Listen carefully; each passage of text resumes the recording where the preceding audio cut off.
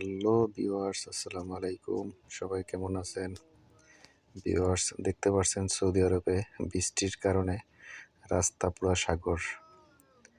প্রচুর পরিমাণ বৃষ্টি হয়েছে এবার সৌদি আরবে, যেটা আমি এই ৮ বছর সার্ভিস এর ভিতরে কখনো দেখিনি।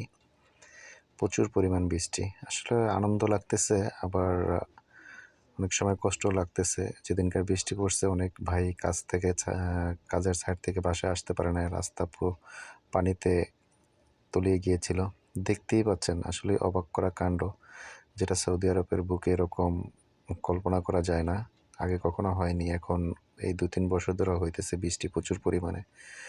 আগে ছোটবেলায় শুনতাম, কাকা সৌদি আরব থাকতে সে বলতো যে ৪ বছরের ভিতরে একবার একটু বৃষ্টি পড়ছে ঘুরি।